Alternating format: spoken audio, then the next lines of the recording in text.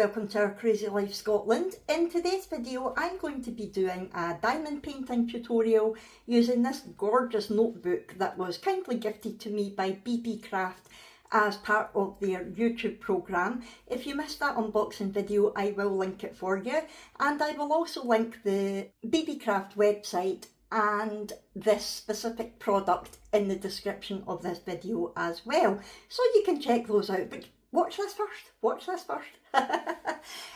So what I will say before I get started is I was asked to do a beginner's diamond painting tutorial, and that is what I'm going to do today. So if you're a seasoned diamond painter and you don't want to watch me going over all the basics of diamond painting, I completely get that, and I will put on the screen where I start doing my sort of speed diamond painting bit. If you want to skip forward to that, I don't mind at all.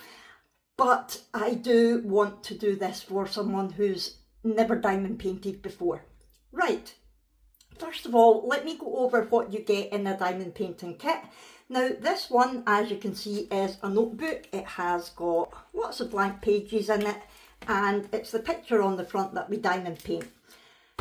A lot of beginners will start with an actual canvas, a diamond painting canvas, and might be thinking, oh, I can't do that, I'm not going to watch this. Don't worry, every diamond painting is the same, whether it's on a notebook, on an acrylic sign, a canvas, a cushion, anything. All the actual principles of it is exactly the same. So this will hopefully give you enough of an idea for you to be able to start any kind of diamond painting kit. Let's go through what you get. You always get a standard toolkit, and in here you get a diamond painting pen which has got a little hollow bit on the nib. You get a tray, which I call a boat because it looks like a little rowdy boat, for putting the drills in that you're actually using to put onto your canvas or whatever it is. And you get some wax. Now this basically is used to make your little pen sticky so that it can pick up the drills to place them where you want them. I will go over that more once we get started. You get your drills, what we call drills or diamonds, and basically it's the little bits that you're going to be putting onto your blank. Let's just call it a blank because it could be absolutely anything. It could be coasters, it could be a bookmark, it could be anything. So these little drills are all different colours, and they can come in lots of different shapes as well. So they're normally round, but you do get what they call special drills, and they are different shapes. Don't worry about it. They're a different shape and you place them slightly differently, but in general they're exactly the same. Now depending on the kit that you're doing, you might get just a few colours, you might get a whole load of colours. There's quite a lot in this, which is good. And you will see that on the front of every one of the packets of drills there will either be a number or a letter. Sometimes you get symbols. I don't think there's any symbols on this one. No symbols on this one. And basically that is what tells you where you're putting each coloured drill. So for example, this is number 2, so these drills would go on any space that says number 2. It's as simple as that. Honestly, it looks complicated, but it's really not. Once you know what you're doing, it's dead simple. And of course you get your blank. So in this case it's the notebook, but whatever it is that you are going to make. Coasters are very popular. I did a couple of bookmarks. There's lots of different types of things that you can get. Now, on your blank you will get a cover, like a little cellophane cover type thing that comes off. Now don't take that all off at the start, and you will find out why. Basically the drills aren't sticky, it's where you're placing them that are sticky. So where it says number 2 there is sticky. The bits that aren't getting drilled are not sticky, but the bits that are sticky. And the reason I'm saying not to take it all off is if you don't do it all at once, you will get all sorts of hair and fluff and dirt and grime and dust and everything all over your picture, because it is very sticky. So I would always advise you only to uncover the bit that you're doing at a time. And the other thing as well is, if you are doing a bit over up here and you've taken it all off, when you've got your hand on here, it's going to be sticking to your picture as well. It could make it grubby, and it could, depending on how much you're moving, take a lot of the stickiness off, and we don't want that. So that is the basics of your diamond painting kit. So now we know what we've got, we need to know where to start. And basically what I would always do is start by separating our drills into easy containers that you can take them out of and put them back into, because these are obviously they're closed, but if you cut a corner off so that you can get access to them, they easily spill. So you're best to put them, some kits that come with the boating things do come with little resealable baggies that you can put your drills in once it's opened, but you don't seem to get that very often now. So generally what I tend to do is I use a container that's got separate lids. I will show you exactly what I mean just now. This is the type of thing that I use, and basically it's a whole load of different compartments that are joined together, but each section opens individually, which is perfect for putting your drills in. What you see on the top here is little stickers. You get some storage that's specifically for diamond painting. You probably will get little stickers with it. This, I can't remember what it was actually aimed at, but it was less expensive than proper diamond painting storage, so I picked it up. And I just got myself some blank stickers, stuck them on the top, and I used pencil to write on the number or symbol of the drill colour, so that the next time I go to use it, I can rub it out and put the number back on it. So I have counted it up. There are 16 different colours in here. So I have got 3 of my little rows of tubs out. And what I want to do now is I want to go through and put my drills in the tub and make sure that they're labelled correctly. Don't worry, I will explain exactly what I mean.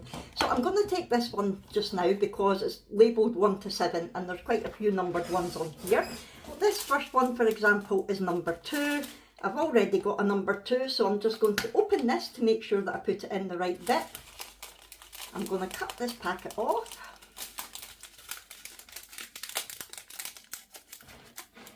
Snip a corner to open it.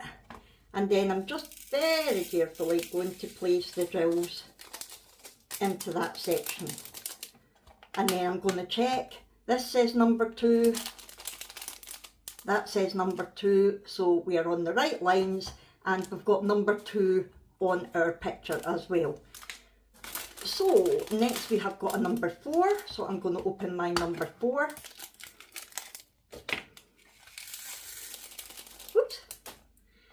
Yes, they do tend to fly everywhere, don't worry about it. You usually get plenty of extra ones, but just in case, try to pick up any that you do spill.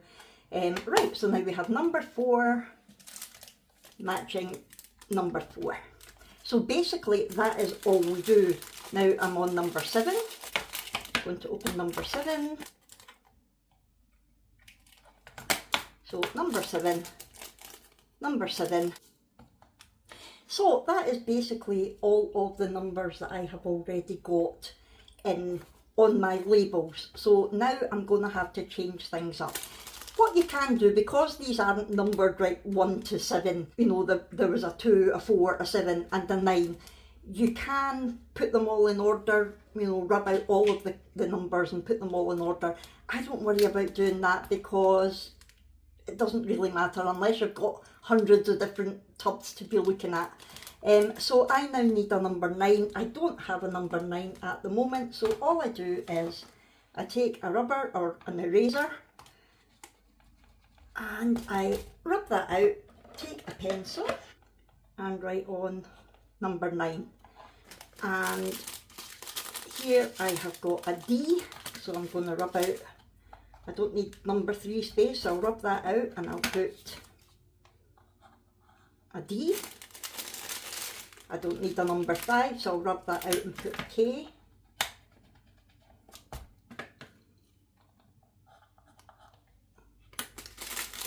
I don't need a number 6, so I'll rub that out and put an S.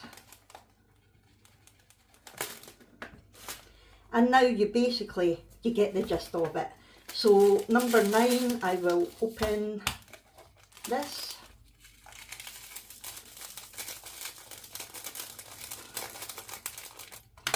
And there we have number 9 and number 9. So you get the gist of what I'm doing. So I will do the rest off camera so I'm not boring the life out of you. And I will come back to you once we're ready to move on to the next step. That's me. Now put all of my drills into the individual compartments and they're all labelled, so that is good.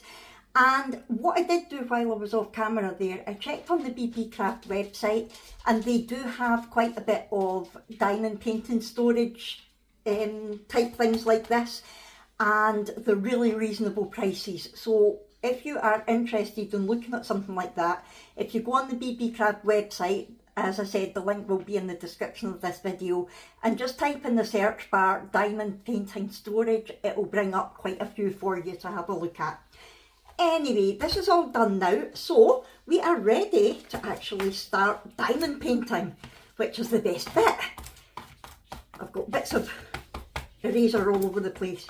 Right, so what we need to do first is decide where we are going to actually start doing our diamond painting. Everybody has their own preference, it's entirely up to you. What I tend to do is I tend to do it like I'm writing, so I would start at the top left and work my way across left to right, top to bottom. But it's entirely up to you whether you do that or not. Now this is a relatively small area. Some large diamond paintings, especially the canvases, it can be a good idea to actually take a craft knife and very carefully score it into sections so that you can take off a panel at a time, and that way the rest of it is still covered in the plastic. It's up to you whether you want to do that. If you are, be very, very gentle with the craft knife. You don't want to damage the surface of your blank. With something like this, I don't really think that we need to do that. But if I was to take it down this way, if I'm starting there and working along, I am going to have my hand on the sticky bit there. So what I will probably do is I will start up here, but I will take it off like this. And I will just basically move it over a bit so that I've not got my hand on anything sticky. So what I am going to do is I'm going to start up here, and that is a number 2, which means we need to look at our storage tubs, find the number 2, take our little boat, and we just want to put a few of these in here. You don't need too many in, and I tend to leave the lid open of whatever one I'm working on, and that way if I get distracted by a phone call or the dogs or the kids or whatever, when I come back to it I know which number or letter it is that I'm currently working on, because there's nothing worse. I've been there so many times coming back thinking, oh, what letter was that again? And with this the colours are really quite different, but some of them they're very similar, so it's good working practice for me, but I am good at spilling things, so I leave it out the way so I'm not likely to knock it over. So we have got some drills in our tray. Oh, what was that I was saying about spilling things?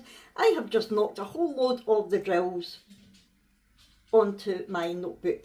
And that's another reason you don't want to take all the protective cover off, because all of these would be stuck to my diamond painting right now. And we don't want that. Right, let's try this again, Fiona.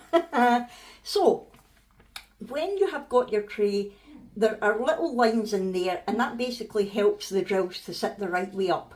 Now, the ones that are the right way up right now are the ones that you can see the orange. The ones that are the wrong way up are the ones that you can see the silver. basically you want to have the little domed shape of the drill facing upwards. The flat bit you want facing downwards. It doesn't matter that there's some the wrong way, it just means that when we go to pick them up, we want to pick up the ones that are the right way up. And in order to actually pick them up, let's go back to our pen that has got a sort of hollowed out bit on the end there, and our wax. Now, at the moment, to pick the drills up is a bit difficult because the pen isn't sticky, the drills aren't sticky. So what we want to do is put some of this wax on the end of our pen. Again, this has got a protective cover over it.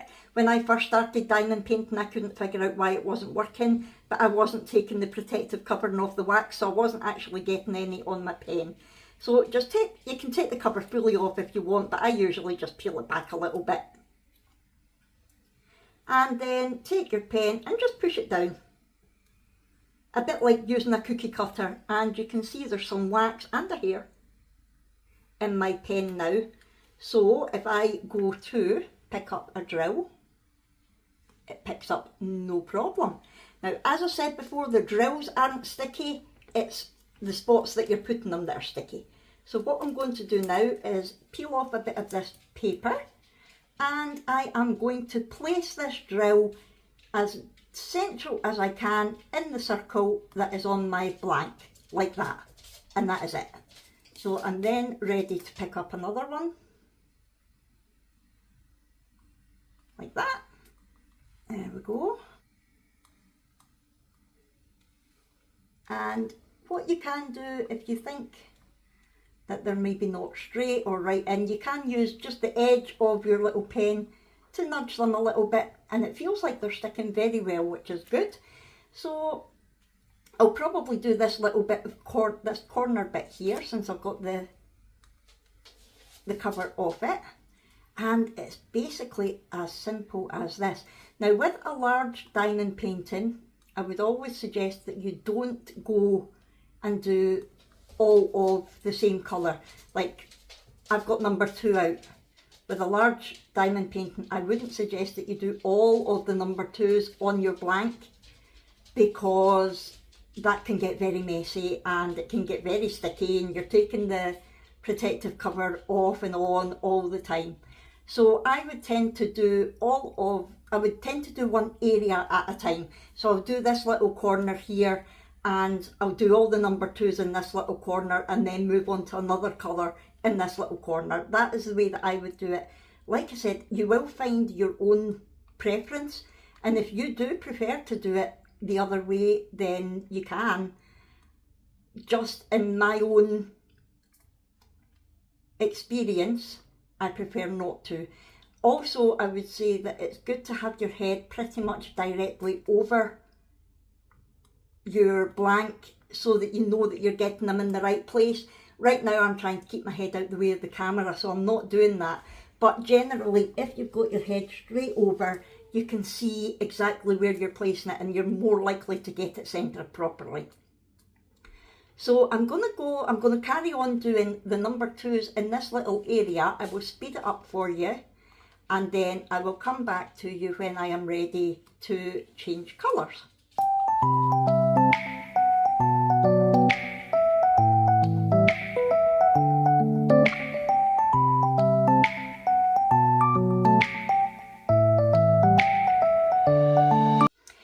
So that is all the number 2s in this little area done. Maybe number 2 wasn't the right one to choose, because I'm going to laugh every time I see a number 2.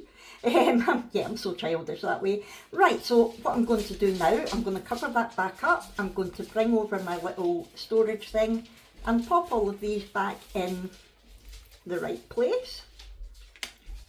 Make sure the lid's properly closed, and now I want to go on to do number 4. So I take my little tray, pop some number 4s in there. Now, while I was doing that, I didn't come across any what they call trash drills. Now, a trash drill is basically a drill that you can't use because it's maybe the wrong shape, or it's the wrong size, or sometimes the raised up bit is silver, it's like clear, and the flat bit is the colour. You don't want to use that, because you always want to have the raised domed bit facing up the way. So if you get any of those, basically you just trash them. That's why they're called trash drills. Put them in the bin. But I've not came across any yet. I have to say the Beebeecraft diamond paintings, I don't tend to get a lot of them anyway. So let me peel this back, and I'm basically going to do the same again for the number 4s. It's just exactly the same. So you can see, yeah, it looks repetitive. It looks like it could be a bit on the sort of tedious side, and it can be depending on your personality. For example, I love diamond painting, but my mum just can't get into it. Apologies for the dogs barking. My husband's just gone out, they'll calm down in a minute. My mum hasn't got the patience for it at all. She tried and just couldn't get on with it. But I find it very relaxing. I watch YouTube videos while I'm doing it. A lot of people just do mindfulness and just think about other things and find it very soothing and relaxing. It just depends on your personality. Right, that's all the number 4's done from that bit. What I could do is I could move over to this corner and do the number 4's that are there. And I probably would if I wasn't doing a tutorial, but at this point I'm just going to stick with doing the one area at a time. So I'm going to put these number 4 drills back in the still open number 4 compartment, and now I've got a couple of special shapes, and you know they're specials because you can actually see it's a teardrop shape on the blank rather than a round circle. So I'm looking for the letter H, which is here, and I only need one of them, so I could put them all out into my little tray. But what I tend to do is I just leave them in there because I'm only needing the one. And what I sometimes find with the special shapes is it can be difficult to pick them up with these. You can put more wax on your pen. Every now and again you will discover that you need to add more wax. You don't need to do it every time you're picking up a drill. But when you're finding it difficult to pick them up, that's when it's time to add some more. So I've added some more and I can now pick it up. I'm going to peel back my paper, and you want to make sure you've got the shape matching the shape, a bit like doing a jigsaw. So it had the pointy bit down here, so I made sure the pointy bit was down here. And you basically just want to, it's like colouring in, you want to make it fit in the lines. So that's the H, and now I've got an I. So again, I've only got one of them, but I am going to be moving along a bit, and there's more eyes in there, so I'm going to put them in my little tray. Again, it's up to you how you do it. The more you do it, the more you sort of figure out shortcuts, and not shortcuts, but easier ways of doing it than constantly putting things back and forward, like looking ahead to your next section. If there's going to be a lot of eyes, then I'll make that my last one so that I've still got them in my tray for doing the next section, if that makes sense. So peel that back, and again I've got the round bit of the eye up there, so when I pick it up I want to make sure I've got the round bit matching the round bit. Sorry, that's one of my dogs chasing their tail. And there we go. So that is this little section done. I'm ready to move on now. So I am going to pull it down like this, and because I've still got the eyes, I'm actually just going to do this whole section now, and I'll just be very careful when I've got my hand over this area not to do this. I could take scissors and cut this so that half of it stays there, but I don't think there's any need. If you feel more comfortable doing that, then you certainly can. So I'm going to take another eye, make sure it's the right way, and pop it down. And again, if your hand does stick slightly to your thing, don't worry about it. And I've got an eye over here. So there we go. That's all the eyes done from this area.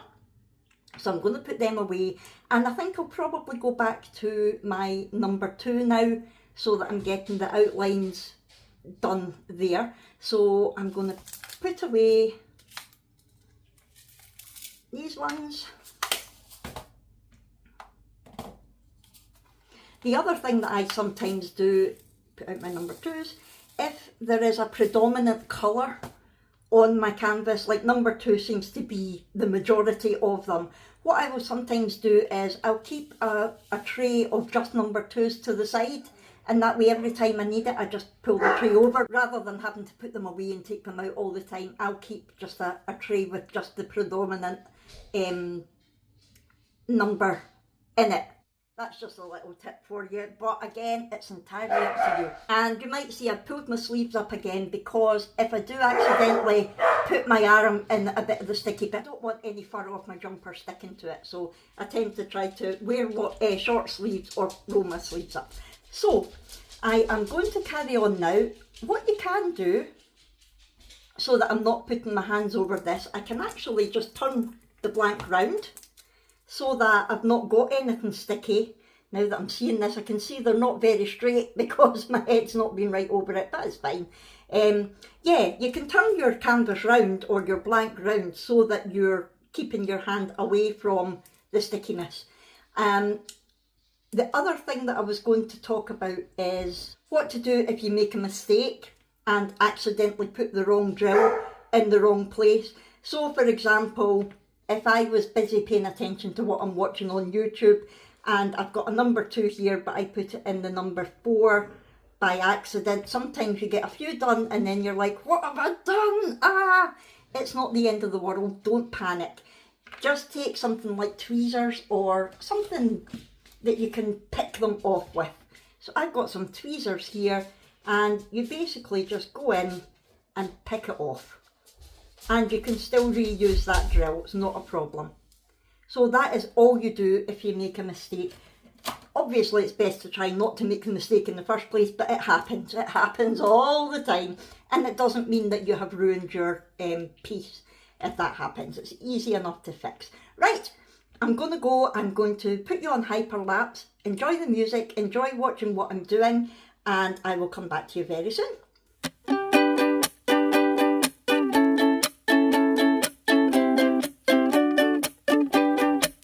You said let's jump on the bus and take a ride downtown. Well, I don't know about that, but can you help me first to get these boxes down? Well, I don't know about that. We have the whole day now just to ourselves, so we can clean the house or clear out some shelves. You said whichever you feel like doing first. I said, well, I don't know about that, 'cause it's my lazy day, just wanna lazy away. Ain't gonna do a thing for the rest of the day.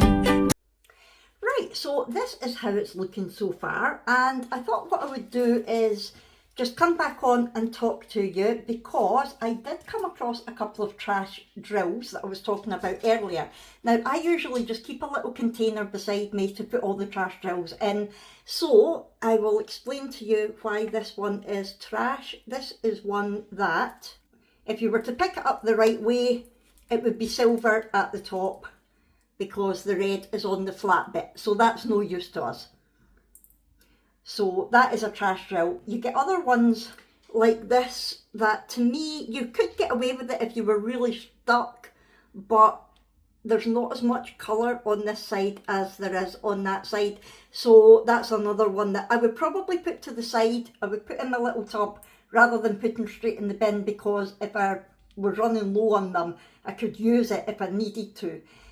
But that is what a trash drill is. So what I'm going to do now, I think you've pretty much got the hang of how to do the actual diamond painting. So I'm going to do the rest of this cover off camera. Anything that I think of to tell you while I'm doing that, I'll write down so I remember to tell you when I come back. I will keep all of my trash drills so that we can have a look to see how many we've got. So when I come back to you, we will talk about sealing your diamond paintings, and also about spare drills. So I will come back to you once this is done. That is all of the drilling done, and it looks so good. I thought I would do a big reveal. This is what it looked like before. This comes as a pack of 2. I don't want to open it, so ignore the sort of packaging, but basically it's just to give you an idea of how flat it looked. It looks nice, but very flat. Are you ready to see what it looks like all drilled? I don't think you are. I was not ready for how cute this is. Right, let's go. 3, 2, 1. Wow. How absolutely adorable is that? It has turned out amazing, so much nicer than I thought it was going to be. It surpassed all my expectations. It really did. I just think it looks amazing. Anyway, I wanted just to come back on and show you the next steps if you are doing a diamond painting and you want to completely finish it off. Before I do that, let me quickly talk about the drills that we have left. Look at all these. So we've still got plenty of those special ones. We've still got plenty of all the round ones. I didn't even nearly run out of anything. I think the least amount that we've got is I and H, but there's still plenty there. So that is fantastic. Now, spare drills, you can do with what you want. A lot of people just bin them. I keep them because I do other crafts and I use them in other crafts. So I always keep them. Some people keep them all in their actual colours. Some people mix them together. I've got a bit of both. I've got some that are separated into colours, some that are just mixed. And I always keep my special ones separate because it's good to be able to see them. So like the different shapes and things. And as far as trash drills go, this is it. That whole thing, that is all I came across that weren't usable. How good is that? That is a sign of a good diamond painting kit. A couple of things that I thought about while I was doing this is to talk about the difference between a partial and a full drill, because you might see it on, like, if you're looking on websites at diamond paintings, it might say it's a full drill or a partial drill, and you might think, what on earth does that mean? Basically, this is a partial drill because out of this whole surface, only part of it gets drilled. It's not every single bit. A full drill is like a canvas diamond painting when every bit of the picture gets a drill on it. And a partial drill is one where only bits of it get it. That's the only difference, just in case you're wondering. I do like doing partial drills because they work up a lot quicker. This took me under 3 hours, I would say, in total to do, which isn't bad. Although, to be honest, I was doing it quite quickly because it's only for me. If it was one that I was doing to sell, then I would spend more time on it. You can see it's not the straightest, but it's fine for me. So that's the difference between partial drills and full drills. Also, when I was doing the diamond painting, I realised that I didn't say to you, and I don't know if this is something that everybody does or not, but if it's something that's got special drills, like see these bits here, I tend to do the special drills first and then work the smaller drills round it. I find that easier rather than doing all the smaller drills and then trying to fit in the bigger special drills. I don't know if it's set in stone that you're meant to. I don't think there's anything set in stone with diamond painting. You do it how you want. It's a hobby, it's fun.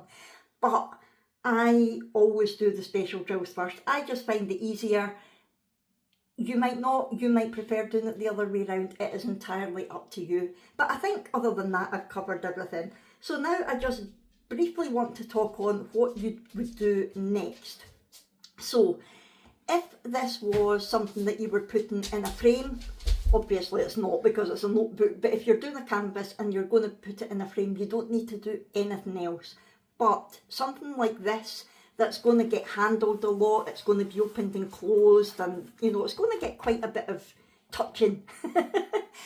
Or the likes of the little acrylic tabletop signs and designs and things like that, that are going to be maybe stored away. Like I've got quite a few Christmas ones that get stored away all year until Christmas. You do want to seal them because that just makes the drills a little bit more secure. When I did my unboxing, someone did say, it was the lovely Sally, said, that looks lovely, but I wonder if the drills will stay on because it's being used a lot. And this is your best chance of it happening. So let me show you what I do to seal it. So the first thing I do to make sure there's no little bits of hairs, because I've got all the dogs and the cat. Oh, I've just realised I have missed a drill. Either that or it's fallen off. Let me replace this. Now that's the other thing that I was going to say about your spare drills. I would always keep them in your little tubs until your piece is completely finished, as in sealed and put away, because you can come across bits that you've forgotten or bits that have fallen off. So it's a number 2. Of course it is. Where's my little pen gone? I can't find it. I'm just going to use my little wax pencil. I mean, that's the other thing. You do get a whole load of different tools and things for diamond painting that are fancy or can make your life easier. And if you want them, yeah, go ahead and get them, but you don't need them. I do find the wax pencil easier to use than the tool that comes with. Oh, look what I've just found. That'll be the drill that fell off.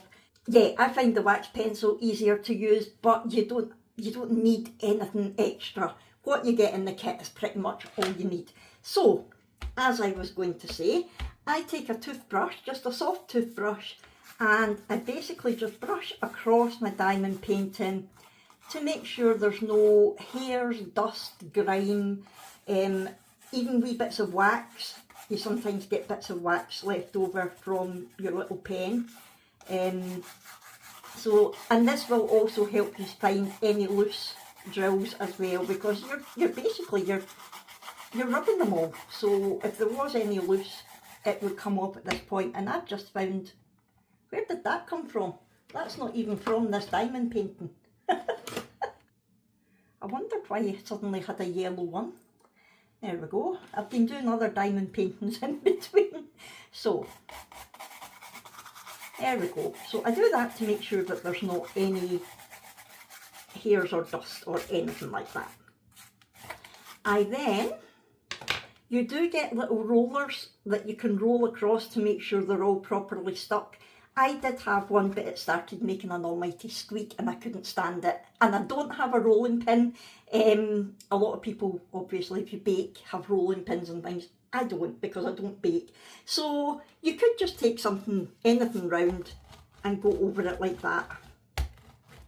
What I tend to do is, depending how much time I've got, I'll put something heavy on top of it, like a heavy book or something, and that means that every single drill is getting plenty pressure on it to make sure it's properly stuck down. So the whole point of doing this is to make sure that all of the drills are as stuck as they can be to your blank. Right, oh, there's another here.